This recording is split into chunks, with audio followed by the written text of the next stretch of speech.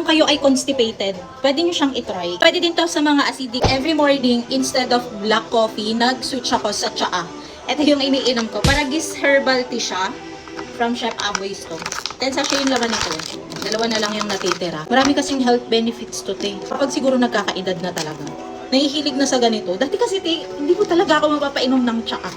Parang ito na yung hinahanap-hanap ng panlasa ko. Sa ganitong baso ko lang siya nilalagay.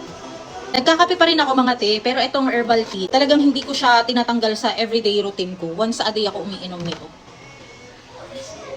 Siguro kapag kayo nagkakaedad-edad na talaga, hinahanap-hanap na din talaga siya. Saka maganda kasing uminom ng mga ganito para gisyante. Madami siyang benefits. And at the same time, antioxidant na din kasi ito.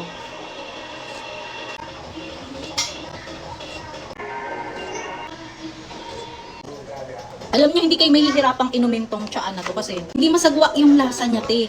Saka kung kayo ay constipated, pwede niyo siyang itry. Itry niyo talaga, te. Pwede din to sa mga acidic kasi nga all naturals po yung ginamit dito sa tsaa na to.